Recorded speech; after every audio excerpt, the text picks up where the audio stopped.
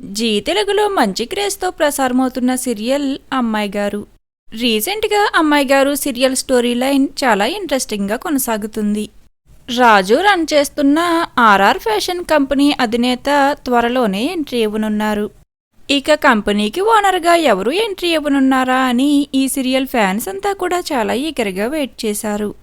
అయితే రీసెంట్గా సీరియల్లోకి company ఓనర్గా Virupakshi entry ఇచ్చారు. రూపను అవమానించి కంపెనీ నుండి బయటికి నెట్టేస్తున్న టైంలో విరూపాక్షి ఎంట్రీని చూసి శ్వేత, గౌతమ్, రేణుక ఇలా వీళ్ళంతా షాక్ అయి చూస్తూ ఉంటారు.